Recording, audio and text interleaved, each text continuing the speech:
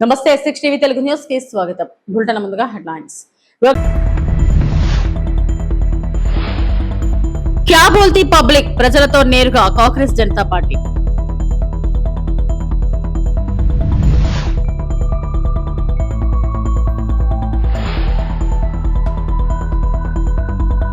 నేతన్న కుటుంబానికి 25,000. నేతన్న సేవలో పథకం ప్రారంభం సీఎం చంద్రబాబు.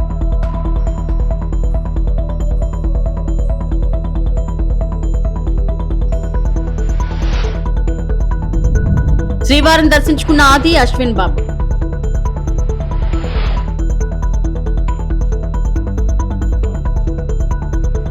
కాంగ్రెస్ జనతా పార్టీ కొత్తగా క్యా బోల్తీ పబ్లిక్ అనే కార్యక్రమాన్ని ప్రారంభిస్తున్నట్లు ప్రకటించింది. ఈ ప్రచారం ద్వారా నేరుగా ప్రజలను కలుసుకుని వారి సమస్యలను తెలుసుకోవడమే లక్ష్యంగా పెట్టుకున్నట్లు పార్టీ తెలిపింది. ప్రజలు తమ రోజువారీ జీవితంలో ఎదుర్కొంటున్న సమస్యలను, ఇబ్బందులను నేరుగా పార్టీతో పంచుకునేందుకు ఈ కార్యక్రమం ఒక వేదికగా ఉంటుందని పేర్కొంది. అలాగే ప్రజల నుంచి ప్రభుత్వంపై ఉన్న అంచనాలు, వారి అవసరాలు, స్థానిక సమస్యలను తెలుసుకుని వాటిని ప్రభుత్వ దృష్టికి తీసుకెళ్లేందుకు క్యా బోల్తీ పబ్లిక్ ప్రచారం నిర్వహించనున్నట్లు సీజేపీ వెల్లడించింది. ప్రజల గొంతుకను నేరుగా వినడమే కార్యక్రమ ప్రధాన ఉద్దేశమని పార్టీ నాయకులు తెలిపారు. लोग कहते हैं कि धर्मेंद्र प्रधान का इस्तीफा इस आंदोलन की सबसे बड़ी अचीवमेंट थी, इस आंदोलन का सबसे बड़ा सक्सेस था। वो तो एक सक्सेस था, लेकिन हम मानते हैं कि इस मूवमेंट की जो सबसे बड़ी सक्सेस थी, जो सबसे बड़ी अचीवमेंट थी, वो धर्मेंद्र प्रधान का इस्तीफा नहीं था। वो सबसे बड़ी अचीवमेंट थी कि लोगों के अंदर का जो डर था वो ख़त्म हो चुका है। जिन लोगों को जिस देश को इस सरकार ने पिछले 10-12 साल में डरा कर रखा था, धमका कर रखा था कि खबरदार अगर किसी ने भी सवाल किया सरकार से तो उनके ऊपर केसेस करे जाएंगे, जेल में डाला जाएगा। उसके बाद भी देश के युवा सड़कों पर उतरे और इस तरह उतरे कि सरकार को झुकना पड़ा। तो हम मानते हैं इस आंदोलन की सबसे बड़ी अचीवमेंट जो है वो है लोगों के मन के अंदर का डर खत्म होना। इस युवा ने इस देश को उसकी आवाज़ वापस दी है, लोकतंत्र वापस दिया है, देश को हिम्मत दी है फिर से सरकार से सवाल करने की, जवाबदेही मांगने की। तो ये सबसे बड़ी अचीवमेंट है हमारी। और कई सारे लोगों के मन में अभी प्रश्न है कि कॉकरोच जनता पार्टी की आइडियोलॉजी क्या है, कॉकरोच जनता पार्टी की विचारधारा क्या है।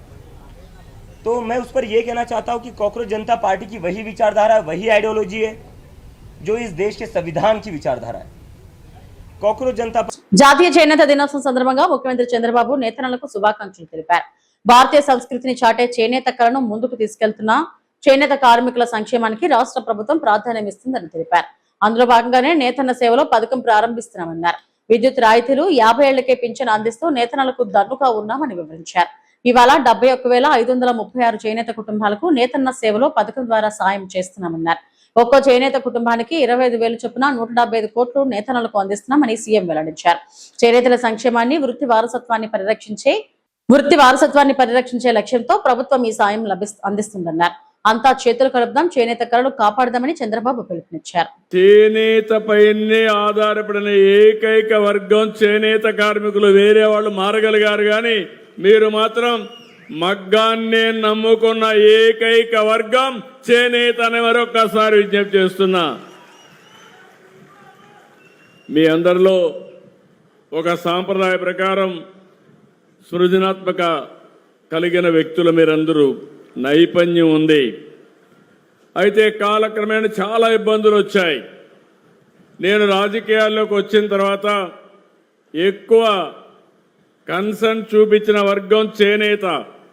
ఇప్పుడు కూడా నేను గర్వంగా చెప్పగలుగుతున్నాను, అపోజిషన్లో ఉన్నా, రూలింగ్లో ఉన్నా, ఎప్పుడూ చేనేత కార్మికులు తెలుగుదేశం పార్టీకే ఓటేశారు తప్ప వేరే గుర్తు తెలియని వ్యక్తులు మీరు. అందుకే ఎన్నికల ముందు ఒక మాట చెప్పాను.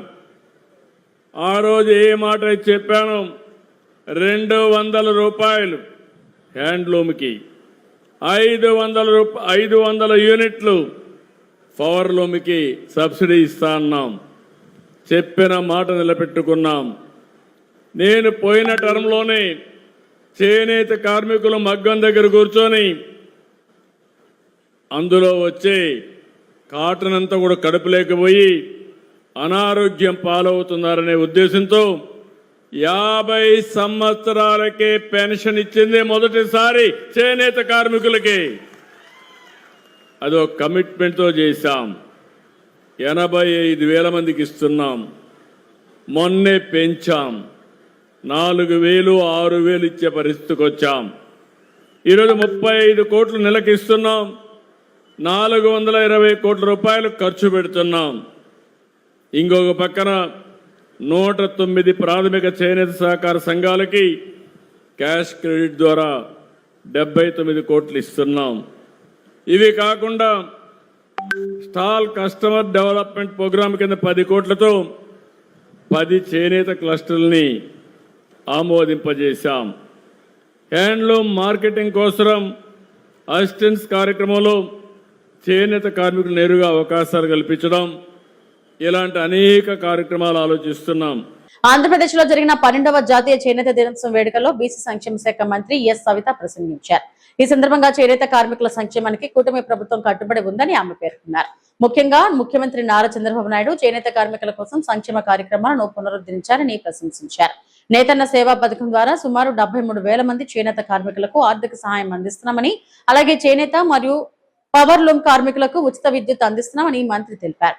అదనంగా ప్రగడ కోటయ్య స్మారక భవనం ఏర్పాటు, సాంప్రదాయ చేనేత డిజైన్లను ఆధునీకరించేందుకు నైపుణ్యాభివృద్ధి కార్యక్రమాలు చేపట్టినట్లు వివరించారు. ప్రభుత్వం అమలు చేస్తున్న ఉచిత వంట గ్యాస్ సిలిండర్లు, అన్న క్యాంటీన్ల పునఃప్రారంభం వంటి ప్రజా సంక్షేమ కార్యక్రమాలు కూడా ఆమె ప్రస్తావించారు. మొత్తంగా చేనేత రంగాన్ని అభివృద్ధి చేసి కార్మికుల సంక్షేమానికి ప్రాధాన్యమిస్తూ వస్త్ర పరిశ్రమకు స్వర్ణయుగం తీసుకురావడమే ప్రభుత్వ లక్ష్యమని మంత్రి ఎస్ సవిత తన ప్రసంగంలో పేర్కొన్నారు. మరి ఏదైతే అన్న నందమూరి తారక రామారావు గారు చేనేతలను ఎలా అక్కున చేర్చుకున్నారో, మరి ఆయన స్ఫూర్తితో ఆయన ఆశయాలను కొనసాగిస్తున్న వ్యక్తే మన చంద్రన్న అనే విషయం కూడా మరొక్కసారి మీకు అందరికీ తెలియజేస్తున్నాం. మరి రాష్ట్రం విడిపోయి 14-19లో మరి చేనేతలకు స్వర్ణయుగంగా జరిగిందన్న విషయం మరొక్కసారి మీకు అందరికీ తెలియజేస్తున్నాం.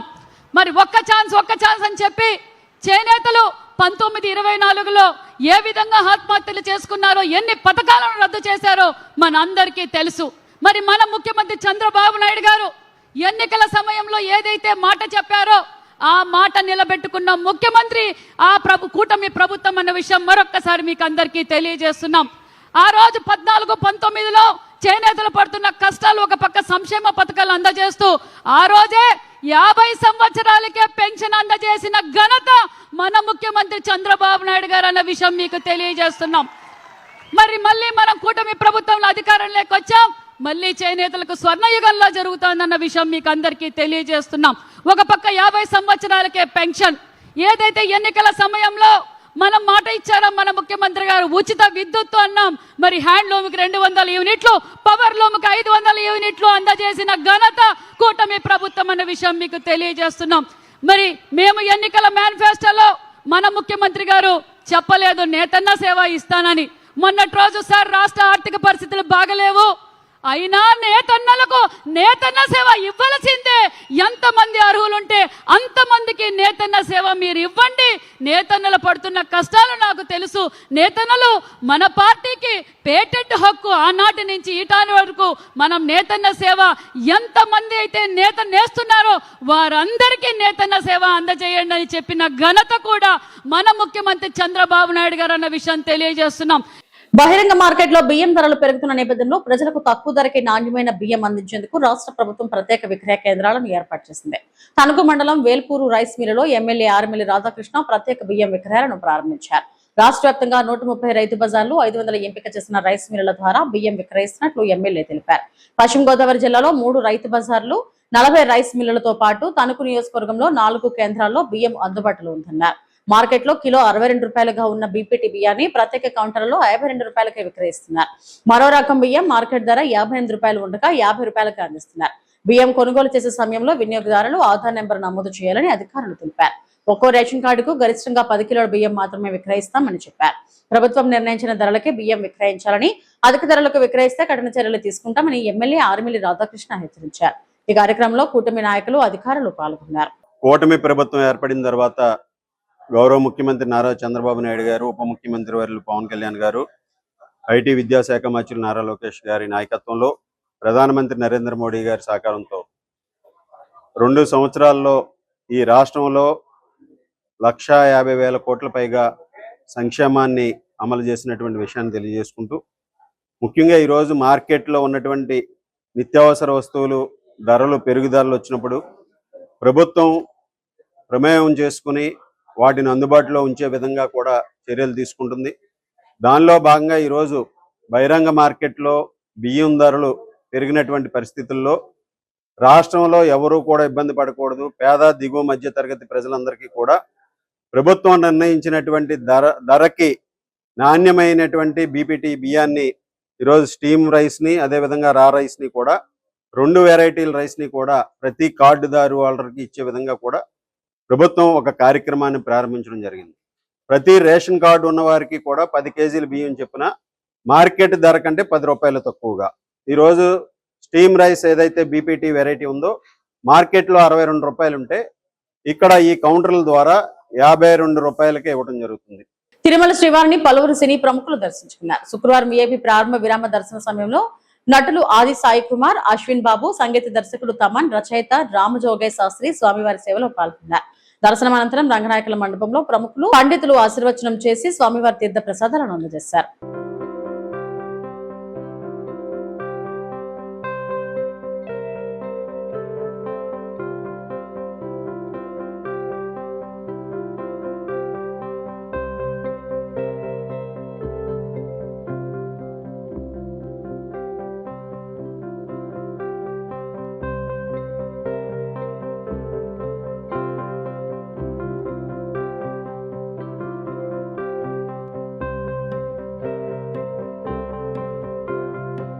స్వామివారి దర్శనం చేసుకోవడం చాలా హ్యాపీగా ఉంది. అండ్ ఇదో తెలియని ఎనర్జీ, తెలియని పవర్.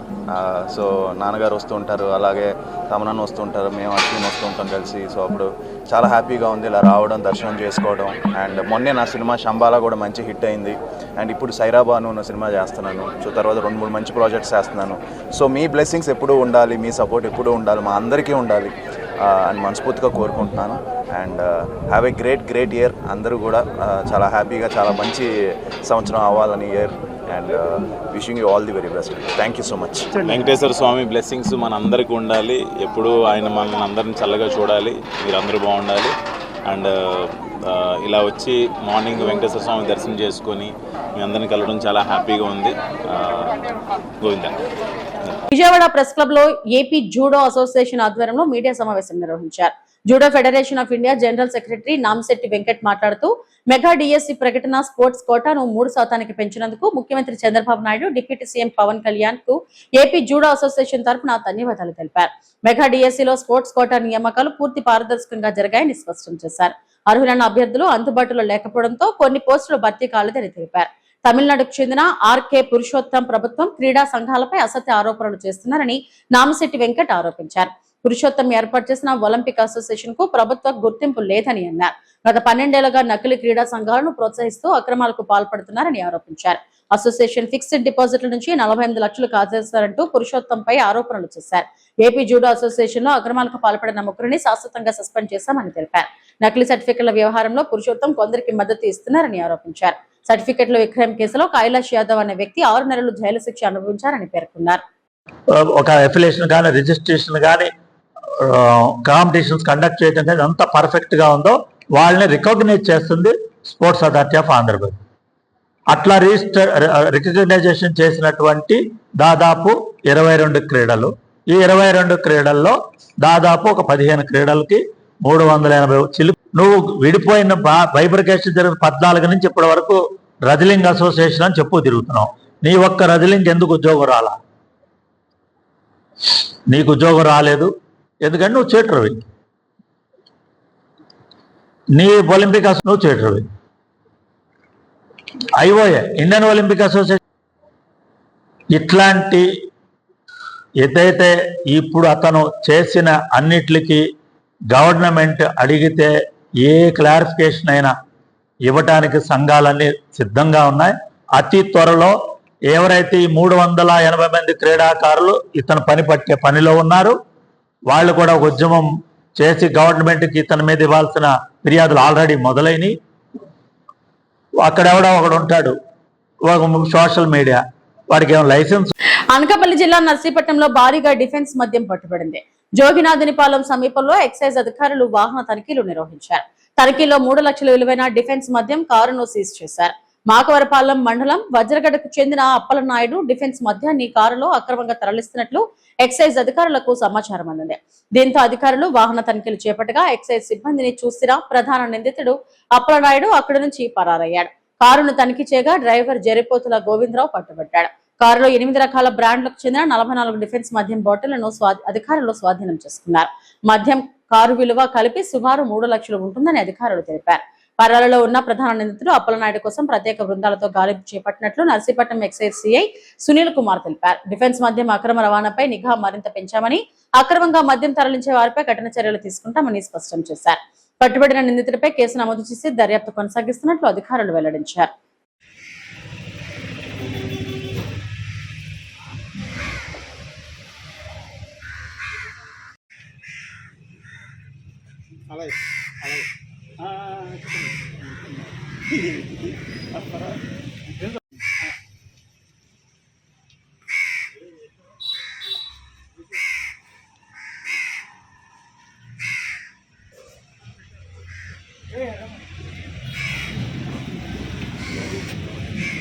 ఎక్సైజ్ సూపరింటెండెంట్ గారు మా స్టేట్ ఎక్సైజ్ పర్యవేక్షణలో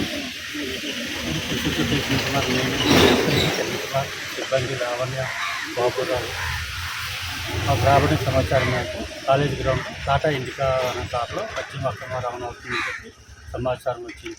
ఆ సమాచారం మేరకు స్థానిక విఆర్ఓను విఆర్ఏని కూడా మేము ఏర్పాటు చేసుకొని అక్కడ కాలేజ్ గ్రౌండ్లో ఆగి ఉన్న కారుని చెక్ చేయగా ఆ కారులో వెనుక భాగంలో ఒక మూట, డిక్కీ భాగంలో 2 మూటలతో మొత్తం 44 మద్యం బాటిల్లు ఉన్నాయి. అందులో నుంచి ఆ సమయంలో ఒక ఆసామి పారిపోయాడు. ఒక ఆసామి కారు డ్రైవరు అయిన జరిపోతుల గోవింద్ అనే ఆసామి మాకు దొరికాడు. ఆ సదరు దొరికిన జరిపోతుల గోవింద్ అనే ఆసామి వజ్రగడ గ్రామానికి చెందినవాడు. అతను అదే గ్రామానికి చెందిన తమరాన అప్పలనాయుడు ఇద్దరు కలిసి వైజాగ్ క్యాంటీన్లో మద్యం సీసాలు కొనుక్కొని వస్తున్నారు. మమ్మల్ని చూసి తమరాన అప్పలనాయుడు నరస్థాన్ గురించి పారిపోయారు. గతంలో నరస్థాన్స్ ఇవన్నీ 44 కూడా ప్రతి బాటిల్ని వెరిఫై చేయగా అన్నమయ్య జిల్లా పొంగునూరు పట్టణంలో నటసింహం నందమూరి బాలకృష్ణ సంపూర్ణ ఆరోగ్యంతో ఉండాలని ఆకాంక్షిస్తూ ఎన్బీకే ఫ్యాన్స్ అసోసియేషన్ అభిమాన సంఘం అధ్యక్షుడు మోపూరి మోహన్ రెడ్డి ఆధ్వర్యంలో మృత్యుంజయ హోమం ప్రత్యేక అభిషేకం నిర్వహించారు. ఈ కార్యక్రమంలో మణి, వెంకటరెడ్డి, శంకర్ రెడ్డి, మంజునాథ్, కిరణ్, రాజేంద్ర, రామకృష్ణ, నాగరాజు, కుమార్, కృష్ణప్ప, గంగులప్ప, సంజీవ, శివకుమార్, హరీష్, శ్రీనివాసులు, రాజప్ప, రామానుజులు, రమణ, సదారెడ్డి, నరసింహులు తదితరులు పాల్గొన్నారు.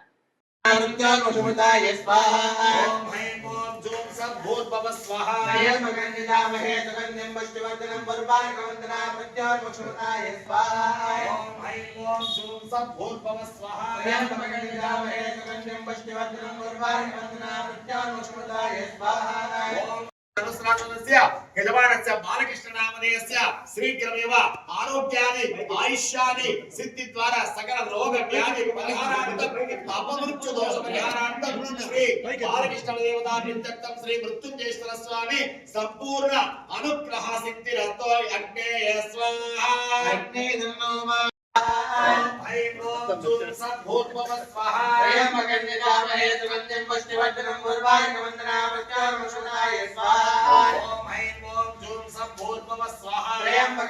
ఇక్కడికి ఈరోజు చేసిన నందమూరి బాలయ్య బాబు అభిమానులకి అందరికీ పేరు పైన కృతజ్ఞతలు తెలియజేస్తున్నా. ఈరోజు కార్యక్రమం ఏమనగా మన బాలయ్య బాబుకి కాకినాడ కోర్టులో షూటింగ్లో దెబ్బతగిలిన విషయం అందరికీ తెలిసిందే. దానికోసం ఆయన త్వరగా కోలుకొని తిరగా మన చిత్ర పరిశ్రమలకు మళ్ళా వచ్చి ఎన్నో చిత్రాలకు మళ్ళా ఆయన విజయవంతంగా షూటింగ్ ప్రారంభించాలని, అదేవిధంగా ప్రత్యేకంగా ఆయన హిందూపురం ఎమ్మెల్యేగా చాలా సేవా కార్యక్రమాలు కొనసాగిస్తారు. అలాగే బసవతారకము ఇండో అమెరికన్ ఆసుపత్రికి చైర్మన్గా ప్రతి ఒక్కరికి ఆయన అందుబాటులో ఉండి అందరికీ సేవా కార్యక్రమం ఇంకా మంచిగా చేయాలని ఆయన ఆరోగ్యరీత్యా ఇక్కడ మన పొంగునూరు నగరంలో వెలిసి ఉండు మృత్యుంజయ స్వామి గుడిలో రుద్రాభిషేకము, మృత్యుంజయ హోమము మన అభిమాన సమక్షంలో భగవంతుని ప్రార్థిస్తూ ఆయనకు ఆరోగ్యం బాగుండాలని, మరిన్ని చిత్రరాక్షణ చేయాలని, ఆయన నిన్ను చల్లగా ఉండాలని ఆ భగవంతుని కోరుకుంటూ జై బాలయ్య, జై జై బాలయ్య, జై బాలయ్య. అనకాపల్లి జిల్లాలో నిర్వహించిన ప్రజా దర్బార్ కు ప్రజల నుంచి భారీ స్పందన లభించింది. ఒక నెల ఒక నియోజకవర్గం 4 పర్యటనలో కార్యక్రమంలో భాగంగా నిర్వహించిన ప్రజా దర్బార్ లో వివిధ సమస్యలపై ప్రజలు అధికారులకు వినతి పత్రాలు అందజేశారు. ప్రజా సమస్యలను నేరుగా తెలుసుకుని పరిష్కరించేందుకు నిర్వహించిన ఈ ప్రజా దర్బార్కు వివిధ ప్రాంతాల నుంచి ప్రజలు పెద్ద సంఖ్యలో తరలివచ్చారు. ఈ కార్యక్రమంలో మాడుగుల నియోజకవర్గం ఎమ్మెల్యే బండా సత్యనారాయణ మూర్తి పాల్గొని ప్రజల సమస్యలను తెలుసుకున్నారు. రహదారులు, త్రాగునీరు, ఇళ్ల స్థలాలు, పింఛన్లు, విద్య, వైద్యం, రెవెన్యూ, మౌలిక వసతులు తదితర సమస్యలను ప్రజలు ఎమ్మెల్యే అధికారుల దృష్టికి తీసుకొచ్చారు. ప్రజల నుంచి వచ్చిన వినతులను స్వీకరించిన జాయింట్ కలెక్టర్ సంబంధిత శాఖల అధికారులతో సమస్యలపై చర్చించారు. అర్హత ఉన్న సమస్యలను నిబంధనల మేరకు పరిశీలించి త్వరితగతిన పరిష్కరించేలా చర్యలు తీసుకోవాలని అధికారులకు సూచించారు. ప్రజల సమస్యలను నేరుగా తెలుసుకునేందుకు ప్రజాప్రతినిధులు, అధికారులు అందుబాటులో ఉండటంతో తమ సమస్యలను చెప్పుకునేందుకు ప్రజలు పెద్ద సంఖ్యలో ప్రజా దర్బార్కు హాజరయ్యారు.